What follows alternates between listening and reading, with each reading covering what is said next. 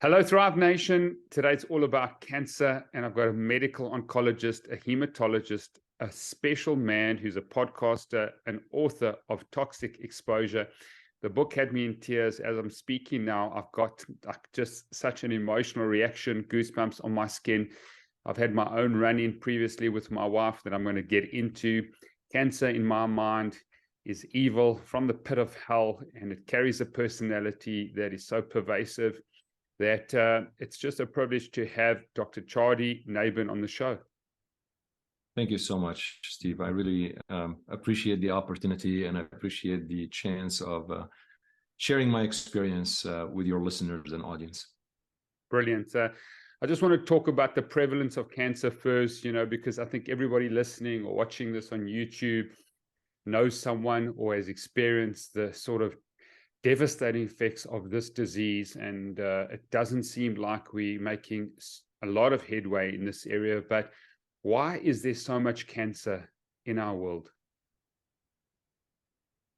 Yeah, so I mean, the prevalence of cancer probably differs by region, by country, and for a variety of factors. And maybe I'll try to dissect that a little bit in a more analytical manner.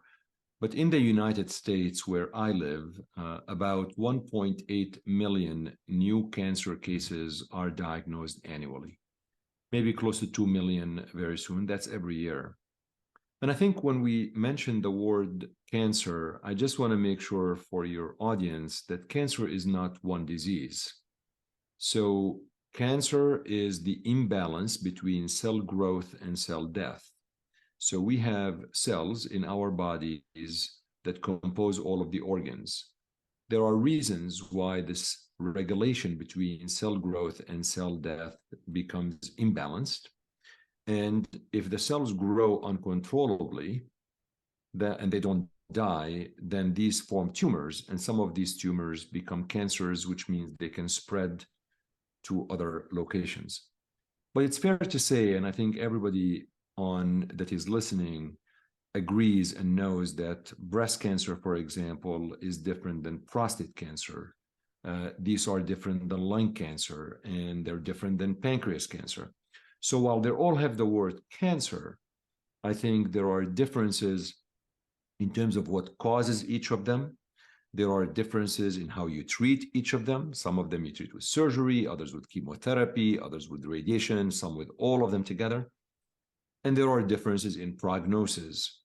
So it's a very common question, and I can tell you it was the subject of me writing my second book, which hopefully will come out in a year or so. But it is common. I get asked, well, why don't you guys cure cancer? And my answer to that is, well, which cancer? Because we cure a lot of cancers, but unfortunately, to your point, we are very greedy, and we should be.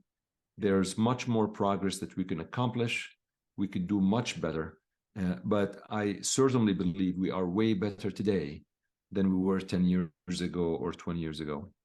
So just going back to your exact question, the prevalence of each of these cancers is different. So I gave you the stats of the number of total cancer cases. But for example, non-Hodgkin lymphoma, there's about 75,000 new cases a year of that. So out of the 1.8 million in the US, about 75,000.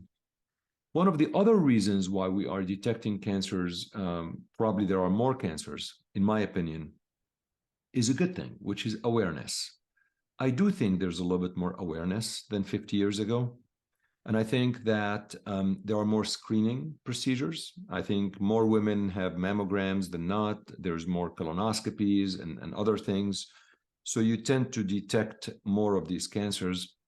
I also think there's more sophistication in collecting the data and registering the data. So it's hard to, 50, 60, 7 years ago, probably we did not have the infrastructure to follow and collect and know the number of cases. And now a lot of folks do that. Yeah. So I share your sentiment. There are more cancers that we are detecting for a variety of reasons. But I'll say that we have made a lot of advances, and I'm with you. We need to do way more than what we are doing currently.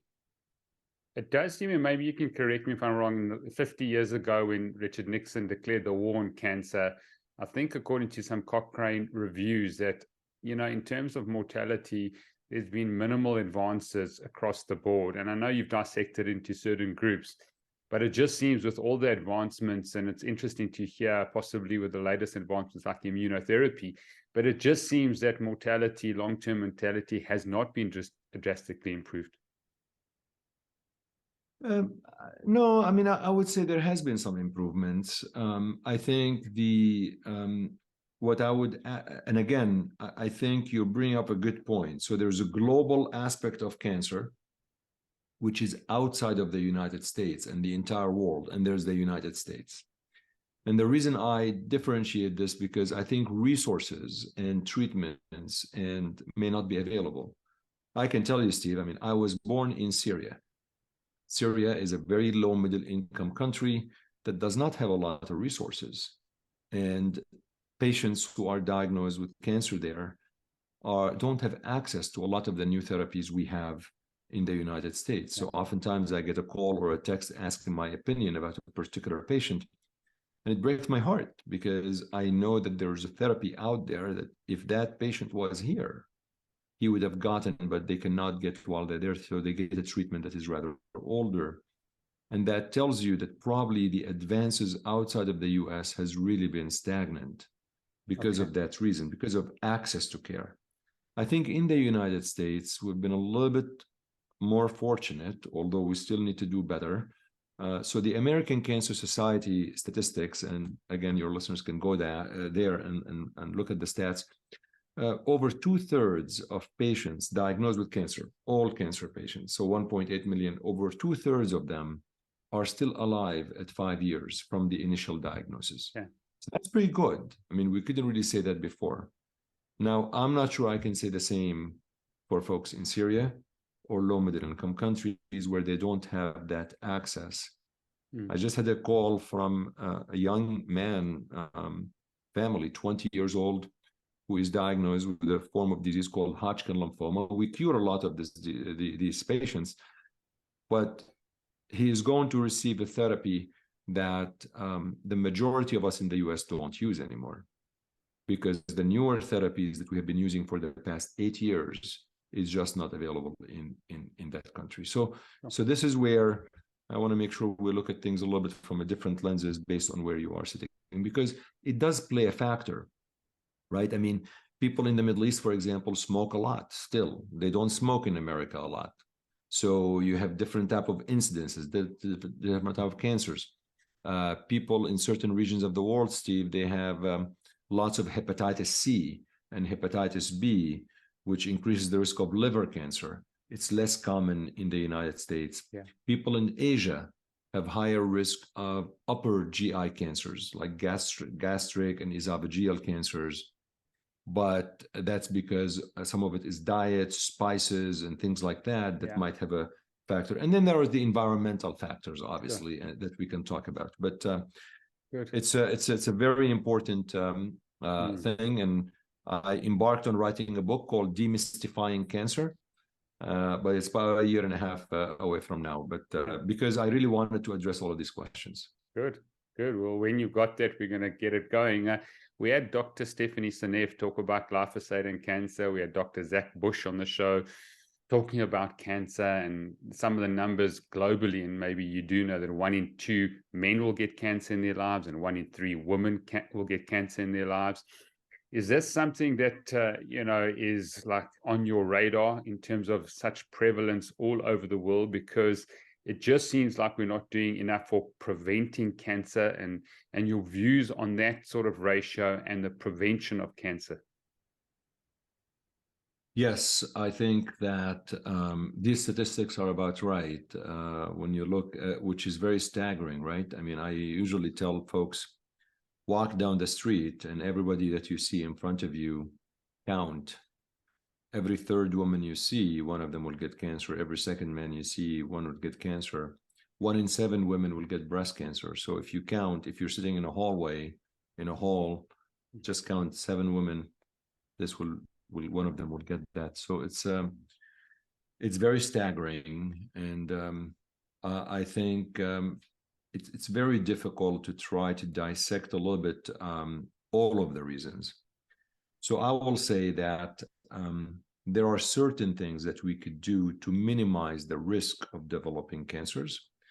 And we, everything under your control, Steve, you should do, right? There are certain things not under your control. Sure. Unfortunately, me and you are going to get older. I probably will get older much faster than you are because you look much healthier and more fit than I am. But we are going to get older. And as we get older, our immune system gets a little bit affected, and our cells in our body start having more problems. I mean, you can't really prevent aging. You can try to stay healthy as you age, but you're still going to be 50, 60, 70. I mean, it's just the way it is. And with age, there are certain things that just happen in our cell biologically. But yes, we can prevent certain cancers. We could stop smoking if we are smoking. Nobody should smoke, in my opinion. I think it's very important. I think everybody should be able to exercise. Exercise has been shown to actually help. Now, you don't need to be an Ironman.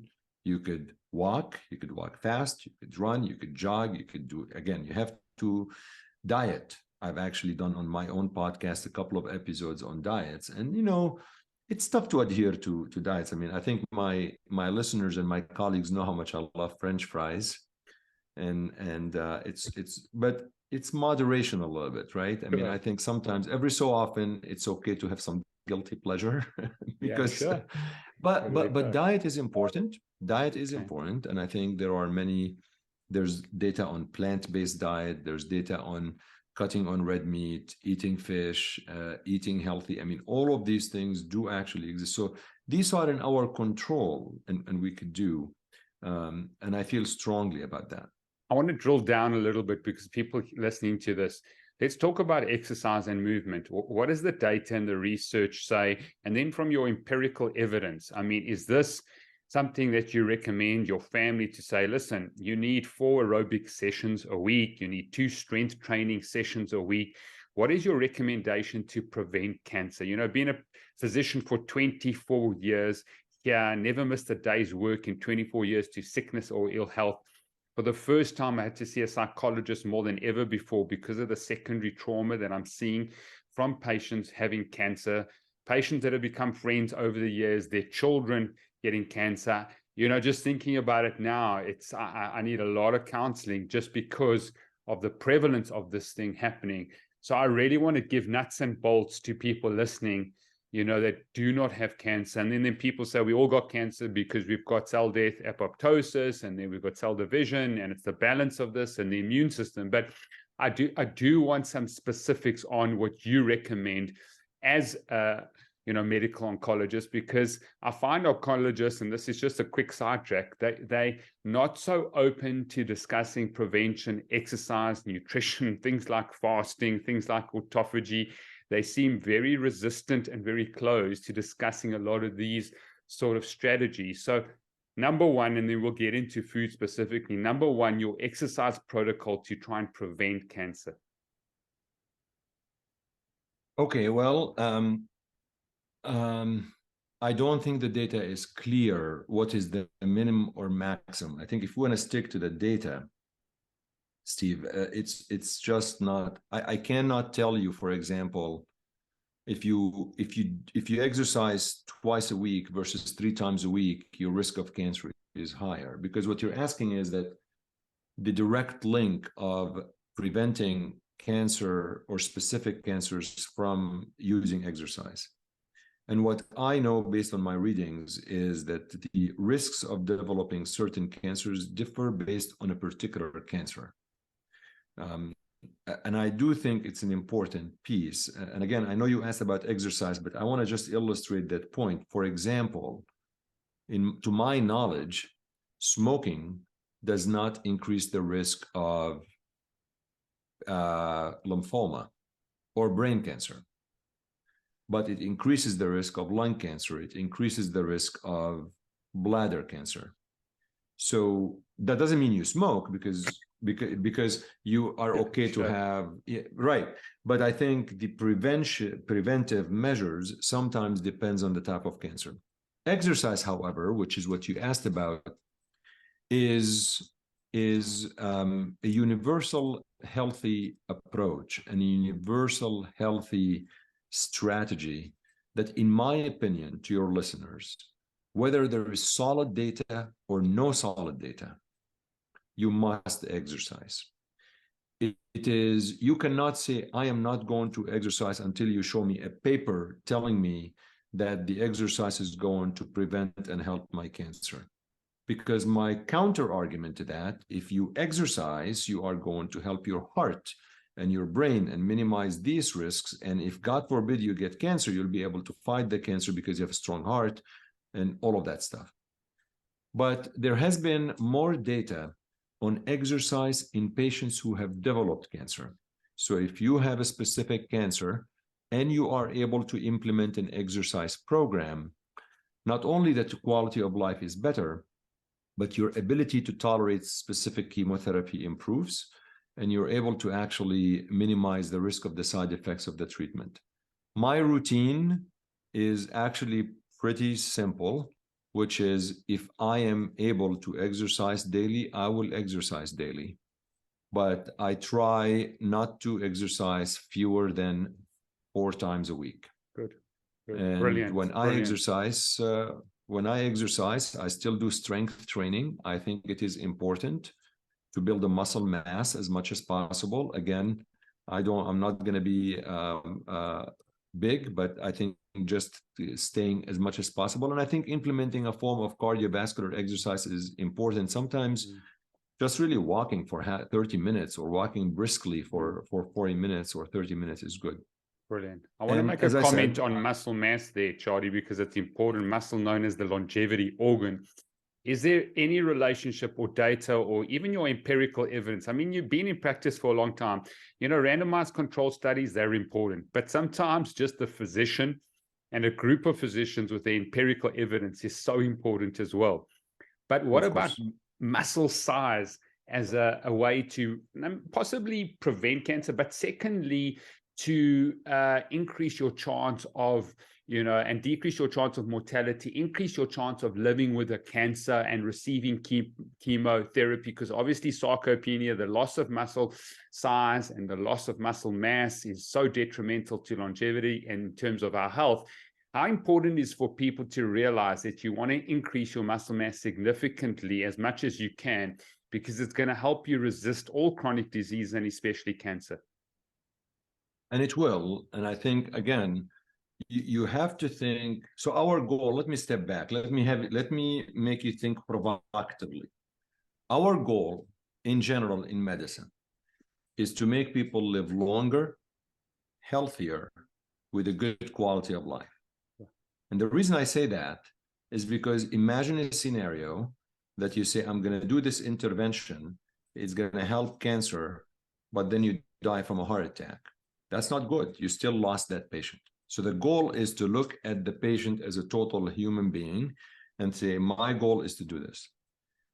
And you hit a very important point, which is absolutely making sure that your body is strong, your muscles are strong, and your exercising is going to position you to weather any possible treatment if you need it, tolerate the treatment if you are to receive it, and have fewer side effects if you ever receive that therapy.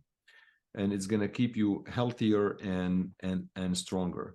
I think I just want to make sure for your listeners, I don't know, I am not convinced that there's a minimum number of days that you should exercise versus maximum. I have told always my patients, exercise when you can and make time to exercise. If you do once a week, it's better than 0. 2 is better than 1, and 3 is better than 2. Yeah. So I've always encouraged them to do this.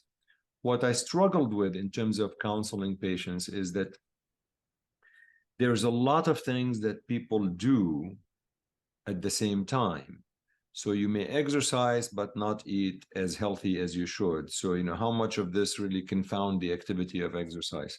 Okay. The take-home message for everybody who is listening: exercise when you can. Do not underestimate the power of exercise. Yeah. It's going to make you healthier and better for cancer, cardiac disease, stroke, and everything else. Yeah. I just don't know what's the minimum that I could recommend. We don't know the people. minimum effective dose. Okay, got you there. Let's talk about, you said smoking being a cause. What about obesity and its role in terms of causing cancers? They're not data or your own empirical sort of just experience that obesity itself, and we can move on to food, what you recommend as a, preventing cancer. But what about obesity? Yeah, I mean, look, so obesity is not healthy.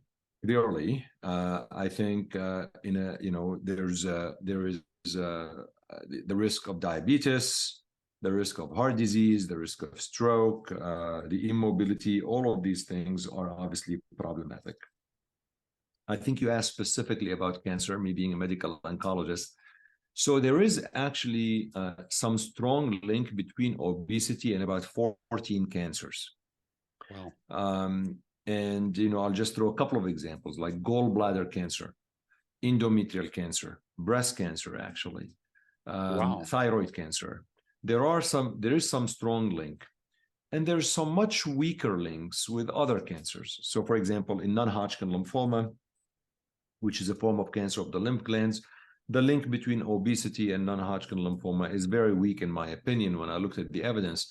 Now, again, this doesn't mean you tell someone, oh, go ahead, go and become obese, because you're not going to get non-Hodgkin lymphoma, because they might get something else. Again, remember, our goal to treat people to live longer, healthier, and with good quality of life, because we don't know what they will be affected with. When you have the statistics 1 in 2 and 1 in 3, it doesn't tell you which type of cancer, although it tells you it's a cancer, but we don't know which type.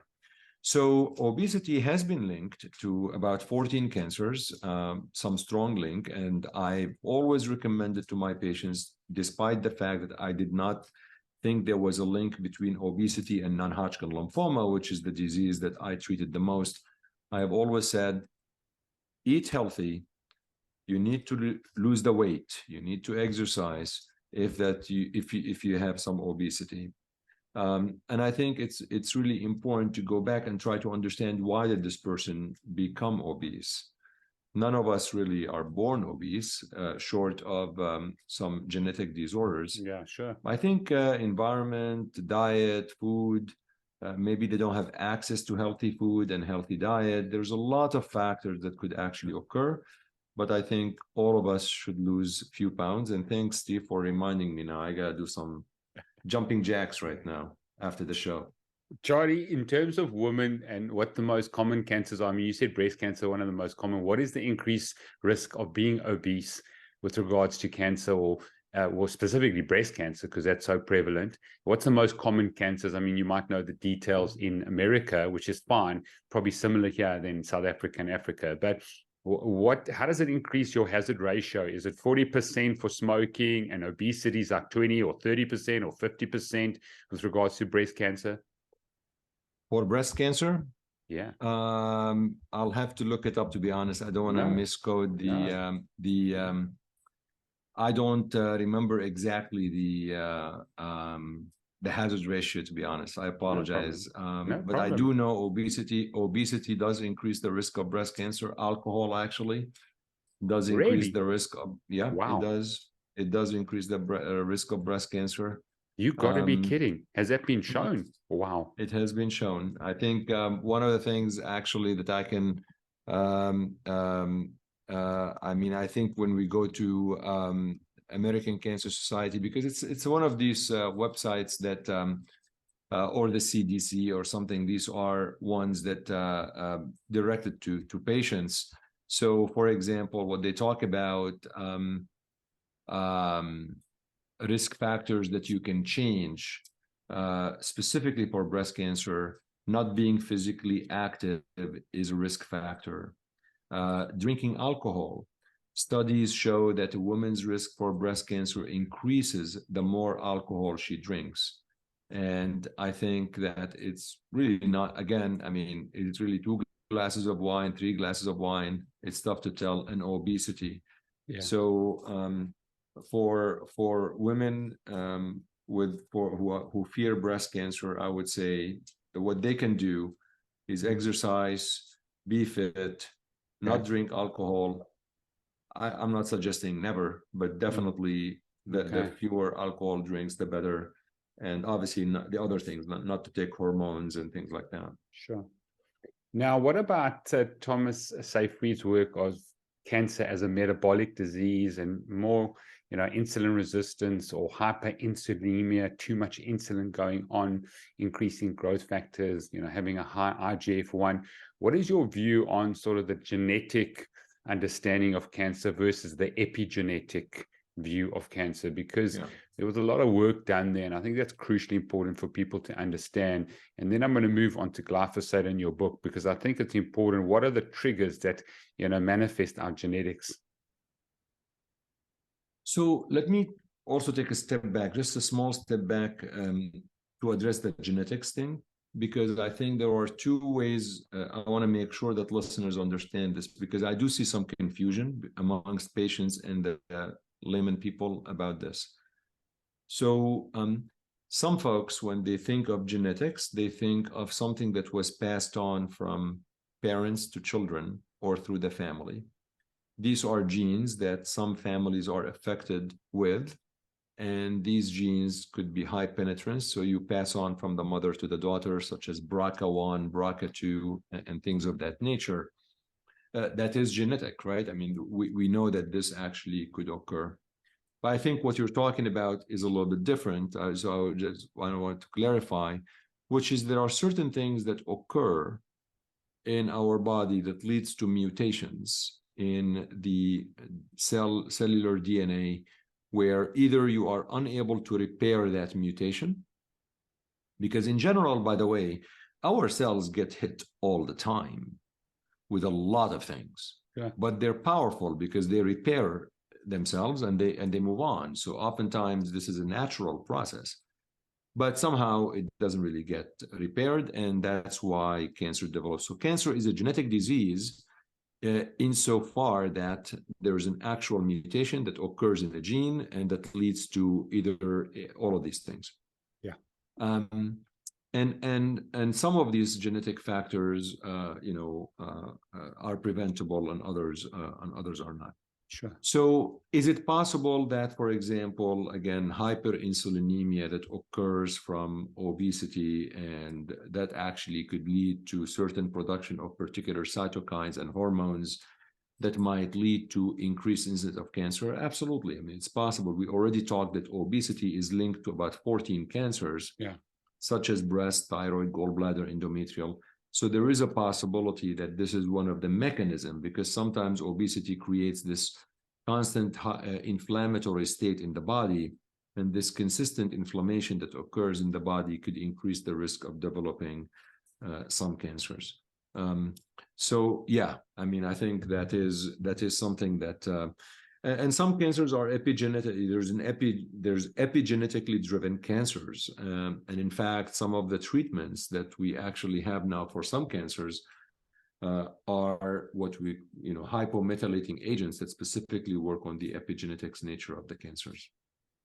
Brilliant. So we had Dr. Zach Bush come out here, do conferencing, and we spoke to Joel Salatin, the farmer here. And to my shock, South Africa is the #1 user of glyphosate in the world per square kilometer, more than America. More than the US? Yeah, more than the US. I did not know that. I thought it's the United States. Wow. Yeah, so we've got a significant issue here.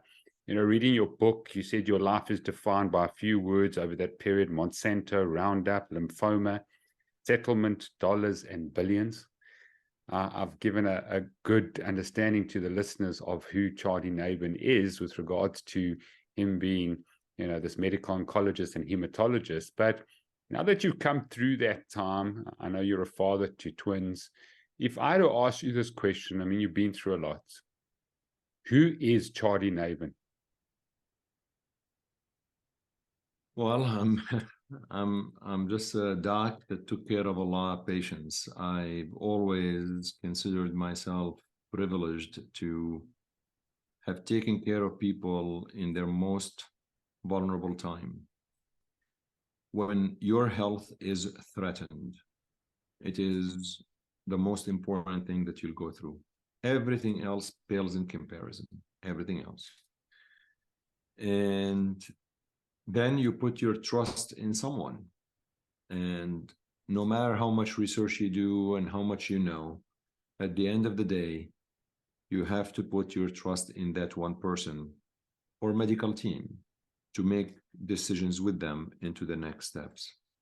And I always felt truthfully humbled and privileged to be that person for some of the patients who said, take care of us. So I think being a physician and an oncologist has defined me more than anything else, honestly. And of course, it shaped pretty much everything that I do. I'm also an immigrant that came to the United States from Syria over 30 years ago. And I've been very blessed with all of the resources that the US has offered me to get where I am right now. And brilliant. I think I owe a lot of this to my family that has tolerated a brutal schedule, to be honest, brutal schedule. So from my children, my wife, my parents, everybody. Yeah, and your boys. But this toxic exposure is an incredible book. We'll put links. I forced them to read the book. I forced them, and that's what I'm like, read it. No, it's an incredible book, but it's more than just information. It's more than a story of a trial, but it's a story of just, I don't know, filled with hope. I was filled with hope reading the book, and I think it's important for people to read it. So tell us where glyphosate is now with regards to the US Roundup. It's on all our shelves here in South Africa. It's my neighbors using it as much as I can say, listen, don't do this. Where is it sitting now on the future of glyphosate and its impact on causing cancer? Well, unfortunately, I don't believe we're making a lot of progress that I want to see here either, Steve. It's been painful to watch, despite the fact that the first 3 trials were won with record verdicts, despite the fact that Bayer that bought Monsanto has settled out of court for over 100,000 patients with over $11 billion. One of the largest product liability settlements in US history. Despite the fact that we know a lot about it now, it's still available. It is still available. You can go to any of the stores and buy it. Now, Bayer had actually issued a statement a few months ago towards the end of 2022, saying that they will remove Roundup from the shelves of the US markets. And they said that we're going to do that to minimize future litigations. That's what they said. They said only farmers and licensed pesticide applicators are the ones who are able to actually get it. But it's still there. They said they will do that in 2023, and they have not. We don't know what they will replace it with, if they come through or not. But today, despite all of this, it is available in the US market. And I agree with you. I don't think anybody should use it. I think what has happened, it is a very good weed killer. I mean, from killing weeds, it's very effective. But I'm pretty sure there are alternative ways to achieve the goal without actually exposing yourself to Roundup. The other thing with Roundup is you can spray it on the crops, and it becomes available in every single food we talk about. I mean, we just talked about food and diet, and suddenly you have glyphosate in your diet, and who knows what that leads to and what it can affect. So right now in the United States, what has happened after the first 3 trials, Monsanto did win several trials afterwards. And the reason they actually won, in my opinion, is they became very strategic. Because what they did is they settled for over 100,000 cases. And they lost 3 major cases. but then they will actually take the cases that they think they can win to court. And they know that based on the jury pool, like the jury, what's the area that the trial might actually take place at.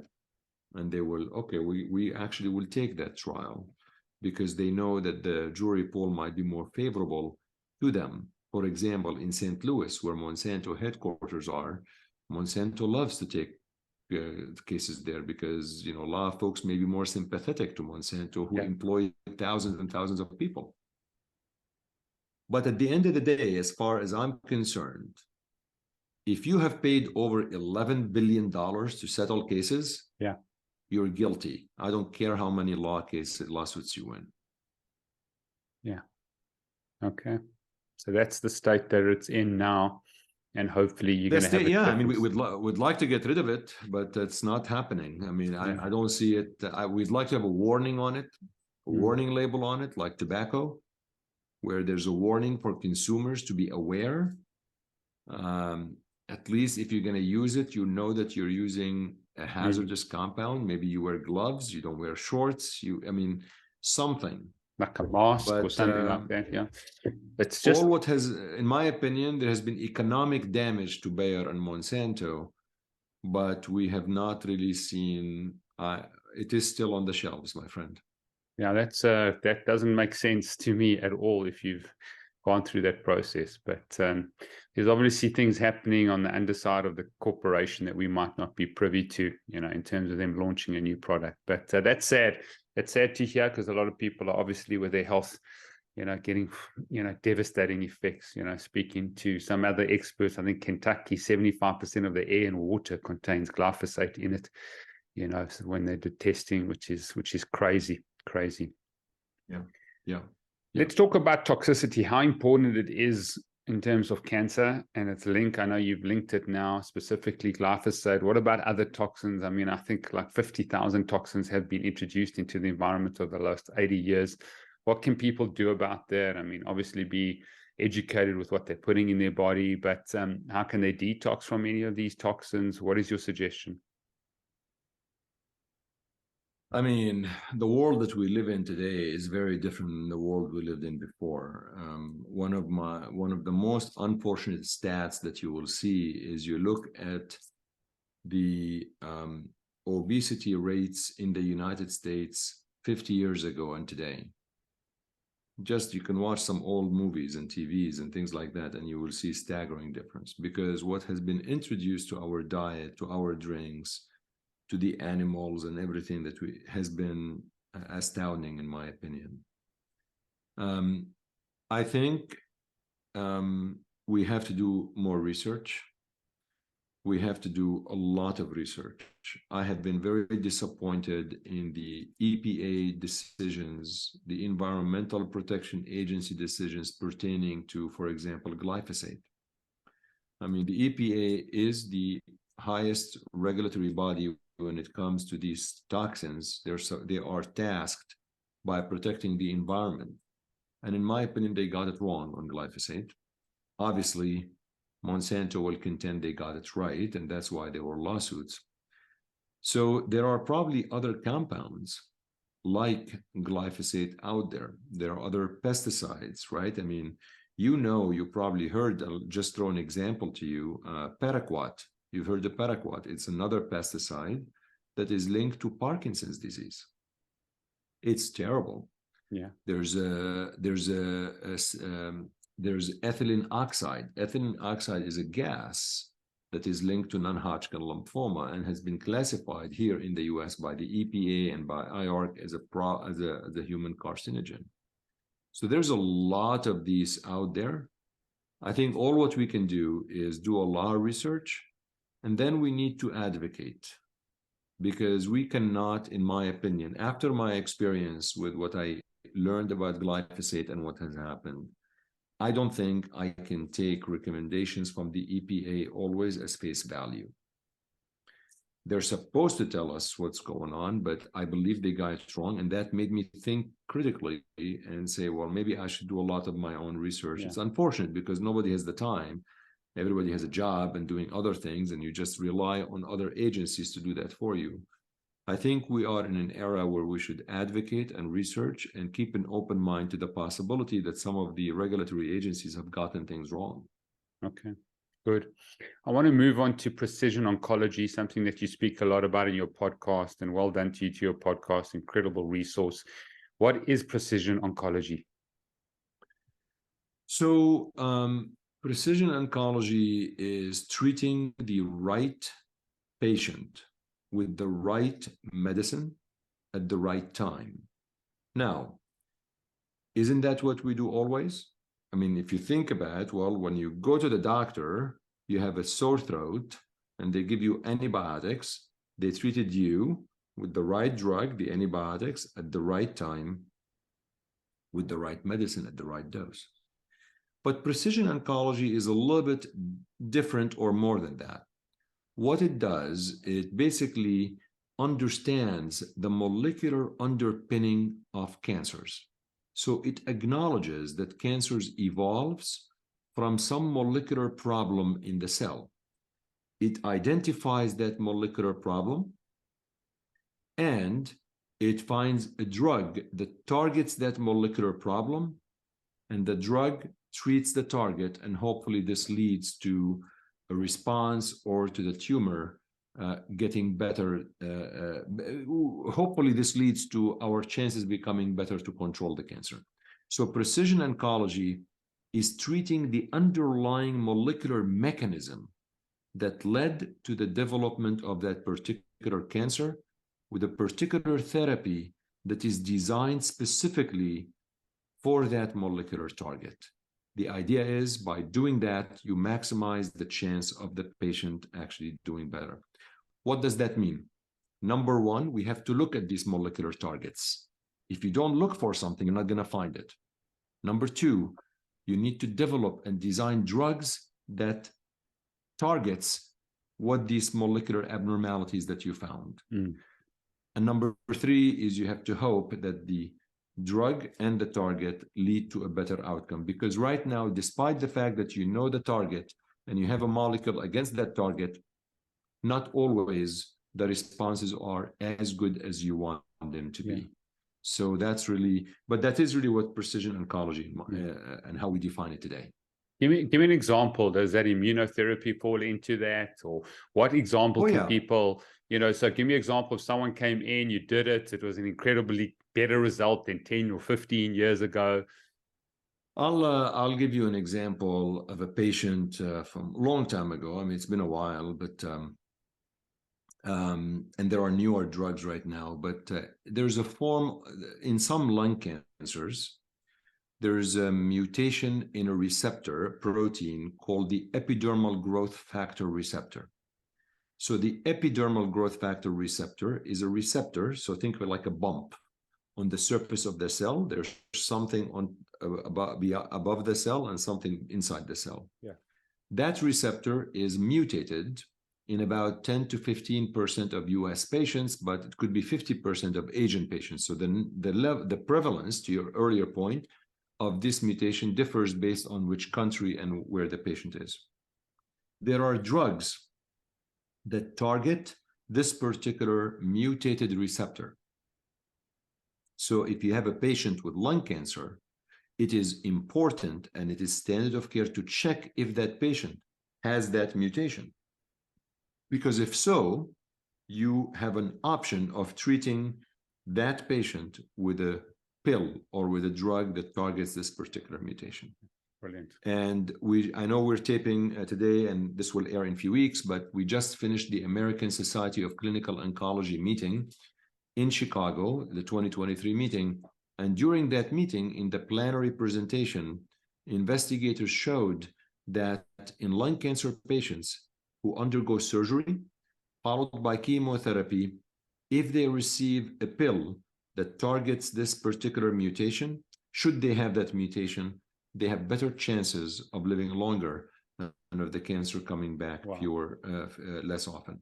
And immunotherapy is a targeted therapy, because immunotherapy started by targeting a particular protein also on the surface of the cancer cell called PD-1.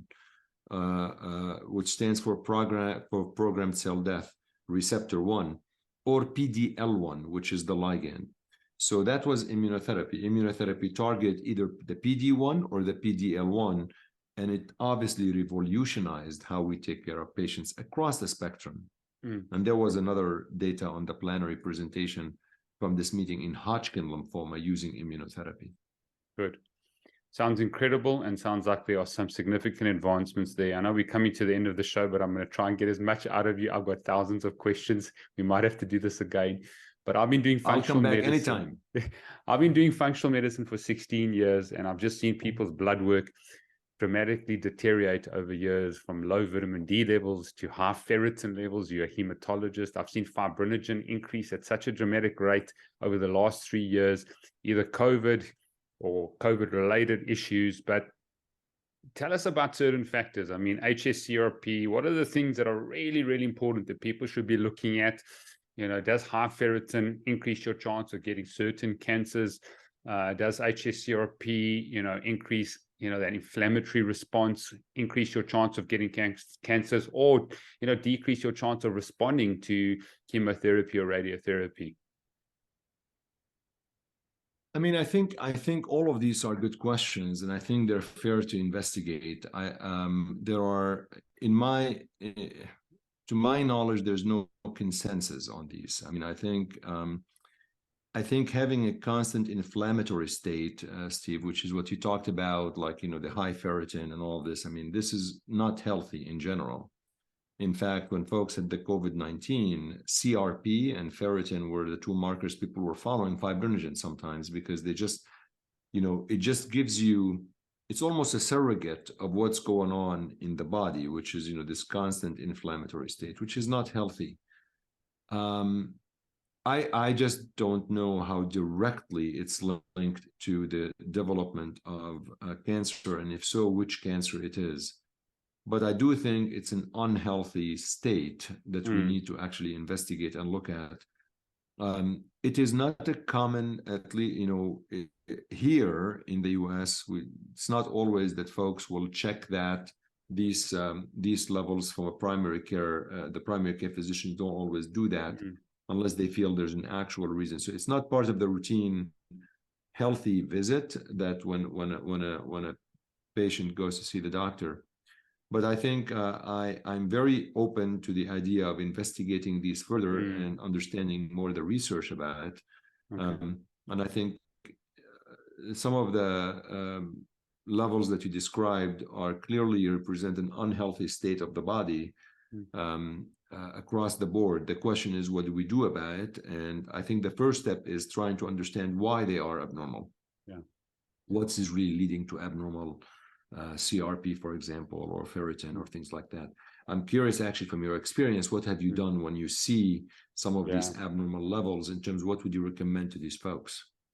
I mean, it's incredibly important. And a functional medicine point of view, I've seen these things detrimentally affect, the risk and chances related to the genetic SNPs that we look at, and the manifestations between siblings and children and those that have had cancer.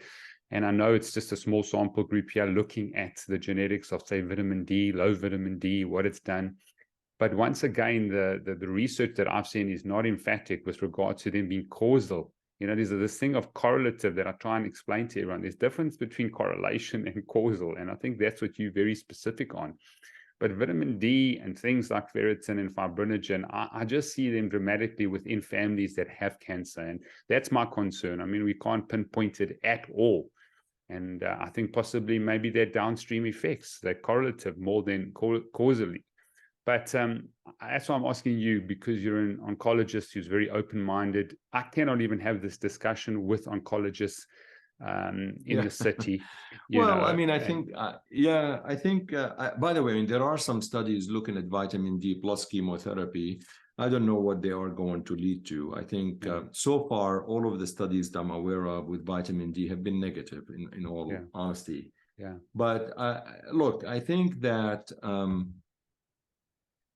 medicine is an art. It's not always dictated by randomized controlled trials and all of this. And I think we need to be open-minded to possibilities, but also trust but verify. Like, it's okay to have open mind to the possibility, but let's try to study it further and look at it. There are many types of things that we never thought have any impact, and now they do. At some point, by the way, smoking was very cool. Yeah, exactly. At some point, was totally fine. I mean, in fact, you're a doctor, you would smoke while you go to the hospital. That's normal. But now we know. So I think we need to have an open mind to the dialogue and the conversation, and trying to figure out what can we do to better understand the process and counsel our patients. I'm very open-minded to learning more, but today it's not really clear to me the direct causation, except and you hit on this. Correlation and causation are these two very critical points of view for sure. Yeah, maybe your perspective quickly that low vitamin D has been causally related to an increase in autoimmune. Those that move away from the equator and have lower vitamin D levels increase their chance of autoimmune. If the immune system has been impacted to such a degree, surely that can have a right effect on cancer. I think so. I think the immune system, the dysfunction of the immune system certainly could lead to the increased risk of developing certain cancers. I mean, there are many cancers that develop because the immune system, the guard of the immune system is lower. So absolutely. In fact, that's why we use immunotherapy in some situations. What you're doing is you're boosting the immune system and making the immune system trying to fight the cancer cells. So yes, lower immune system, in my opinion, does increase the risk of developing cancers.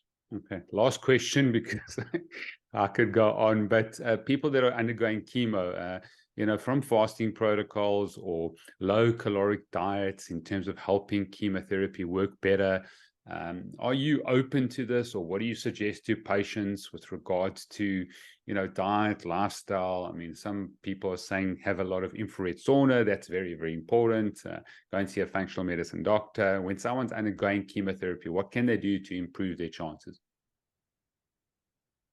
Yeah, in terms of diet?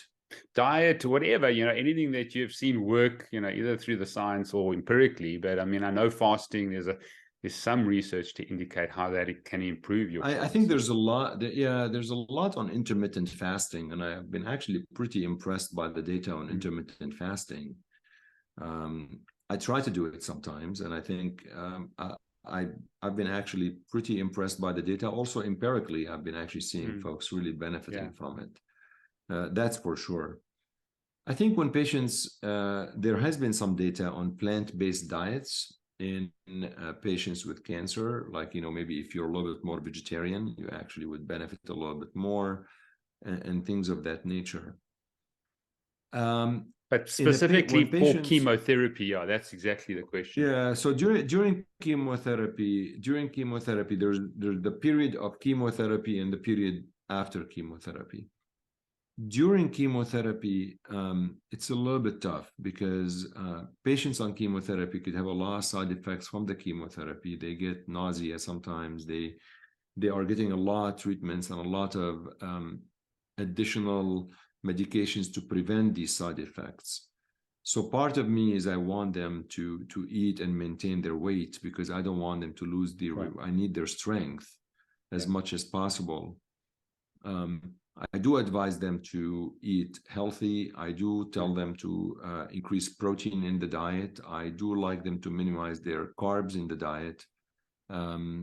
So I've done more of a general thing, because I always worry if they don't eat as much, I worry about losing weight for them, and I really need them during that period. Yeah.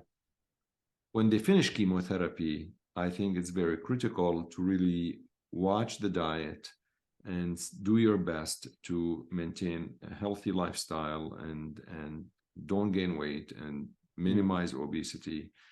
And what works for some people might not work for others.